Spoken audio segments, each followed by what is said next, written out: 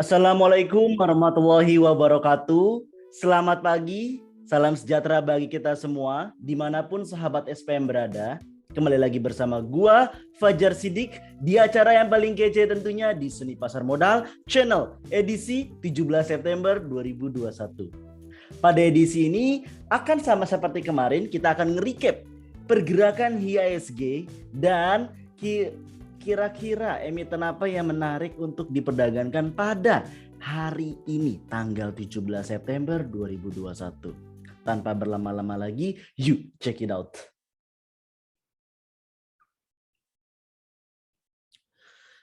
Review saham IHSG dan analis teknikal harian tanggal 17 September 2021. Ini adalah pergerakan indeks harian dari IHSG pada perdagangan tanggal 16 September 2021. Secara overall mengalami yang namanya koreksi. Walaupun IHSG minusnya itu 0,000 gitu ya, atau 0,287. But itu tidak signifikan. Ini terjadi karena masyarakat itu gusar. Dalam arti pada awal sesi, kalau teman-teman perhatikan ya, pada sahabat SPM perhatikan, itu menukik tajam ke arah atas sebelum akhirnya turun ke bawah terjun bebas gitu. Hal ini tidak terlepas dari yang namanya sentimen berita. Berita yang lagi digiring sekarang bahwa masyarakat retail, khususnya Indonesia, itu digiring ke arah yang lebih safety. Instrumen investasi yang lebih safety, yaitu adalah obligasi. Masyarakat beramai-ramai diminta untuk membeli surat utang negara atau SUN. Tidak terlepas itu untuk sebenarnya membantu perekonomian negara juga. Tetapi di sini ada semacam apa ya bisa dibilang ya, penggiringan opini supaya retail itu gusar di IHSG dan berpindah ke yang namanya ke instrumen investasi yang lebih aman, yaitu adalah obligasi ataupun yang sejenisnya, ada deposito ataupun reksadana. Reksadana itu pasar uang ataupun di pendapatan tetap. Selain itu juga IHSG dibuat seakan tidak nyaman karena bisa teman-teman cek kurang lebih udah 9 bulan pergerakan IHSG ya stagnan di 6.100, enggak naik, enggak turun. Apakah ini good? Jawabannya is very good gitu. Siapa yang sangka IHSG bertahan di 6.100? Sedangkan para analis senior pun itu menilai bahwa pada akhir tahun kemarin aja IHSG harusnya paling kuat di 5.900, 5.800, tetapi ternyata jebol di 6.000. Di mana sekarang pandemik yang masih dan ada mengalami PPKM darurat ataupun PPKM level 4 dan level 3, IHSG masih bertengger di 6.100. Walaupun kemarin ada koreksi ke 5.900, tetapi akhirnya balik lagi ke 6.100. Jadi di sini sebenarnya lebih ke arah konsolidasi. Konsolidasi untuk menguatkan apa namanya bisa bilang perekonomian. Jadi perekonomian itu sendiri masih belum jelas nih arahnya. Seperti yang gue bilang pada beberapa kali kesempatan, bahwa IHSG itu sendiri adalah garda terdepan nih dari perekonomian dari suatu negara. Bukan IHSG sih, bursa gitu. Bursa di perusahaan di negara, suatu negara. Dalam hal ini IHSG berarti muka atau bisa dibilang tampilan depan ya. Tampilan depan. Apakah tampilan depan perekonomian Indonesia baik atau buruk? Ya bisa dilihat dari IHSG. Kemarin beberapa kesempatan mungkin di berita teman-teman bisa melihat bahwa Indonesia minjam gitu ya kepada Bank Dunia. Ini tidak lain dan tidak bukan tentunya untuk menekan yang namanya tingkat dolar. Tingkat dolar atau nilai tukar dolar terhadap rupiah itu ditekan signifikan. Jangan sampai seperti beberapa waktu lalu nilai dolar hingga hampir tembus 17.000, yaitu di 16.800 sekian. Karena banyak hutang dari perusahaan-perusahaan besar itu minjem dalam bentuk rupiah, tapi membalikan dalam bentuk dolar. Jika itu dolarnya tidak terjaga, yang ada amburadul itu. Udah tahu income-nya terhambat, perusahaan-perusahaan besar, ditambah dolarnya menaik, itulah yang mengakibatkan makanya akan terjadi PHK yang luar biasa besar. Oleh karena itu, salah satu stimulusnya yaitu adalah menekan yang namanya tingkat inflasi. Menekan yang namanya tingkat nilai tukar dolar terhadap rupiah. Cara tercepat ya minjem. Itu cara tercepat. Oleh karena itu, apakah sekarang perekonomian baik-baik aja? Kita lihat. Lebih ke arah stagnan, mengambil posisi, belum jelas juga posisinya. Apakah ini posisi lebih baik, artinya kita keluar dari fase resesi, atau menjadi fase yang lebih buruk jika ini dibiarkan terlalu lama. Udah 9 bulan IHSG seperti ini. Kalau lebih buruk, maka akan terpindah dari fase resesi ekonomi berubah menjadi fase depresi ekonomi. Ini yang harus dihindari. Gitu. Gimana cara menghindari tersebut? Iya, kita harus rajin melakukan nilai tukar. Dalam arti kita harus rajin melakukan jual beli. Jual beli, baik itu dalam bentuk real ataupun dalam bentuk digital. Jangan kita main terlalu banyak di kripto ataupun di Bitcoin yang dalam hal ini pajaknya itu belum tentu balik ke Indonesia.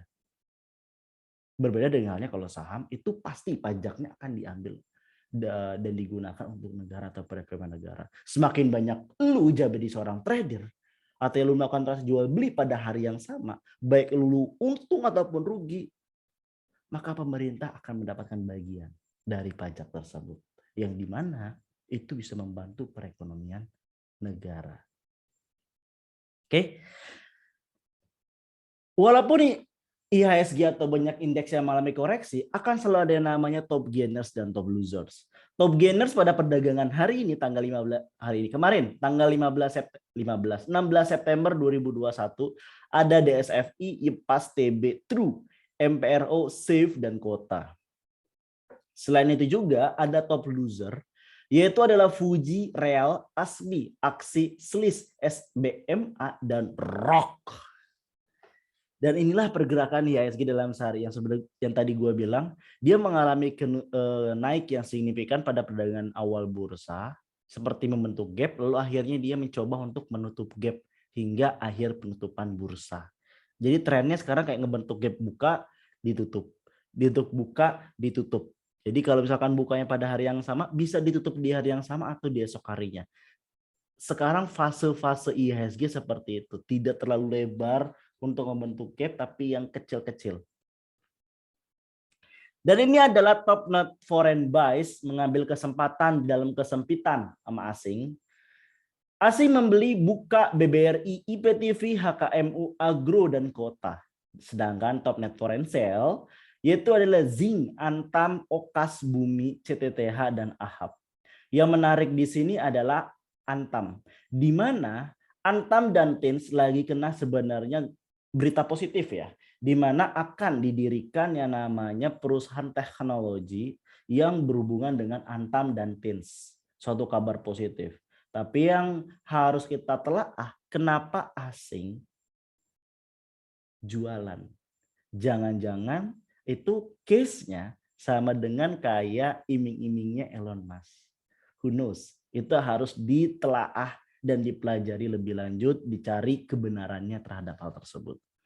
Lanjut adalah pom-pom news. Pom-pom news itu apa? Yaitu adalah berita yang keluar setelah bursa mengalami penutupan. Ada banyak berita yang keluar pada perdagangan tanggal 16 September hingga 17 pada awal sesi sebelum 17. Tapi di sini gue ambil yang menarik. Yang pertama adalah sentimen negatif mendominasi, harga mayoritas SBN menguat. ini yang dibilang kata gue kayak penggiringan ke arah yang namanya ke investasi middle low, yaitu adalah obligasi dan teman-temannya.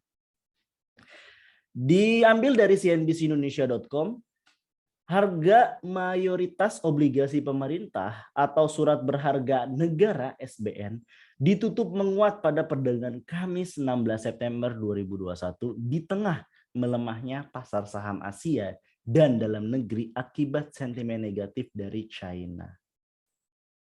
Berita kedua, temui Luhut, perusahaan teknologi G42 jajaki kerjasama investasi. Ini yang gue bilang tadi Antam sama Tins, ini nih, teknologi G42. Menteri Koordinator Bidang Kemaritiman dan Investasi Menko Marves, Luhut Binsar Panjaitan atau disebut Lord Luhut, bukan aja Lord Adi, ada Lord Luhut juga, gak mau kalah saing, menerima kunjungan perusahaan yang bergerak di bidang artificial intelligence dan cloud computing asal Abu Dhabi, Group 42 G42 ke Indonesia pada 13 sampai 15 September 2021. Oke, clear ya beritanya. Yang ketiga, diambil dari tempo.com. Kasus raibnya deposito 110 miliar, nasabah menduga ada pemufakatan jahat di BNI. Sentimen negatif untuk Bank BNI, jangan menyalahkan kalau perdagangan hari ini tanggal 17 September akan mengalami koreksi juga yang cukup luar biasa. Andi Idris Manggabarani telah mengetahui bahwa Melati Bunga Sombe, pegawai PT Bank Negara Indonesia Persero Tbk atau BNI Kantor Cabang Makassar, Sulawesi Selatan ditetapkan sebagai tersangka. Melati menjadi tersangka dalam kasus dugaan pemalsuan 9 biliet deposito. Wow, keren. Lanjut berita keempat. Moh ikut bakar uang seperti e-commerce, BCA fokus jaga nasabah jangka panjang. Manajemen PT Bank Sentral Asia, TBK, atau dengan kode emiten BCA, bergeming melihat promosi jor-joran bakar uang seperti yang biasa dilakukan oleh perusahaan fintech dan e-commerce. Pasalnya, kegiatan pemasaran seperti itu dinilai tak serta-merta membuat pelanggan atau dalam hal ini nasabah bank menjadi betah gitu. Ini cukup ramai pada beberapa waktu lalu di mana itu nyinyiran dari bos Bank BCA itu sendiri, yaitu bahwa sebenarnya eksistensi Bank BCA itu dinilai oleh dua. Pertama, kinerja manajemen yang digambarkan dalam laporan keuangan gitu. Yang kedua, inovasinya. Dan dalam hal ini sebenarnya BCA terdepan. Tanpa dia mengikuti bakar uang seperti itu, dia udah menjadi salah satu top gitu ya, yang selalu menjadi primadona, khususnya para investor kawakannya gitu ya. Cukup menarik karena akan mengadu perusahaan-perusahaan dalam hal ini bank yang memiliki fundamental yang baik dengan yang namanya diadu dengan yang namanya innovation. Dalam hal ini bank digital, ada BBYB, apalagi itu, BBYB, BBHI, lalu ada BAB. Nah, itu menarik untuk ditunggu. Ada agro juga gitu. Jadi menarik versus antara fundamental yang baik dengan innovations. Lalu yang kelima, saham emiten ikan dan villa jadi jawara, Sova Real Keok. Berita dari CNBC Indonesia, saham emiten perikanan PT Dharma Samudra Fishing Industry DSFI dan emiten pengembang properti hotel dan villa PT Sanur Hasta Mitra Mina berbagi tempat di daftar top gainers pada perdagangan ini. Yaitu sekilas yang mengalami top gainers pada perdagangan hari ini. Dan ini adalah emiten yang gua sarankan pada perdagangan kemarin tanggal 16 September 2021. Ada Emlia, DSSA, Energi, dan ITMG. Yang meleset mungkin DSSA. Udah gua singgung juga pada video sebelumnya ya, di analis teknikal saham 16 September 2021, bahwa DSSA ini adalah kolesterol tingkat tinggi. Kolesterol tingkat tinggi artinya saham gorengan. Saham gorengan tidak hanya melulu ngelihat dari harga. Harga tidak mencerminkan bahwa perusahaan tersebut bagus atau mahal. Ini adalah contohnya. High open dan low tidak bergerak atau stagnan. Bisa dibilang ditinggal lama bandar ataupun yang kedua tidak dilirik oleh retail. Oleh karena itu, secara overall masih sesuai, hanya DSSA yang tidak sesuai karena dia kolesterol tingkat tinggi. Selamat yang mengikuti rekomendasi gua dan happy cuan ya. Oleh karena itu, inilah yang buat perdagangan hari ini. Jangan nyesel. Silakan dicoba pada perdagangan hari ini tanggal 17 September 2021. Ada BRIS yang pertama. Di sini seperti biasa gue pakai dua indikator, yaitu adalah William Alligator dan indikator RSI. Di mana William Alligator untuk melihat seberapa besar tren gitu ya. Apakah tren berubah ke arah uptrend ataupun downtrend, sedangkan RSI untuk melihat yang namanya psychology market, apakah sentimennya positif. Sentimen positif, garis akan menuju ke utara. Sentimen negatif, garis akan menuju ke selatan. Untuk kode emiten BRIS bisa dilihat di situ lagi mulai membentuk uptrend dengan namanya mulutnya menganga kebuka ke atas. Secara RSI memang menuju ke selatan, tetapi belum kuat. Hal ini makanya ada trading plan-nya cukup ketat, yaitu adalah beli di 2150 sampai 2160, cut loss di 2100, jual di 2170 sampai 2190, kemungkinan naik 38,61%. Yang kedua adalah BEHIT. Lihat di akhir itu BEHIT membentuk yang namanya konsolidasi. Konsolidasi yang dibentuk itu bisa menandakan ke arah naik ataupun turun. Tetapi ini bisa dimanfaatkan juga oleh seorang scalping untuk mendapatkan cuan. Oleh karena itu trading plan-nya pun sangat-sangat pendek. Beli di 90 sampai 92, cut loss di 88, jual di 94 sampai 96, kemungkinan naik 48,76%. Lalu yang ketiga chain. Study case-nya mirip kayak BEHIT tadi. Buy di 318 sampai 320, cut loss di 314, jual di 326 sampai 328, kemungkinan naik 45,13%. Dan yang terakhir menu hari ini untuk scalping bisa masukin lu watchlist adalah DOID. DOID masih terbuka lebar, masih nganga, jadi kesempatannya masih uptrend ya. Beli di 300 sampai 304, jual di 292, jual lagi, cut loss di 292, jual di 308 sampai 312, kemungkinan naik 64,52%, cukup tinggi. Untuk DOID akan naik pada perdagangan hari ini tanggal 17 September 2021. Kurang lebih itu yang bisa gua sampaikan. Jadi silakan gunakan emiten tadi yang udah masuk watchlist, silakan lu gunakan sebaik mungkin. Kuncinya untuk sukses dalam hal scalping adalah disiplin, not fear and greedy. Gitu. Oke, thank you for watching. Gua Fajar Sidik pamit. Bye. Jangan lupa like, share, dan komen di bawah ini serta subscribe. Oke. Assalamualaikum warahmatullahi wabarakatuh. Happy cuan.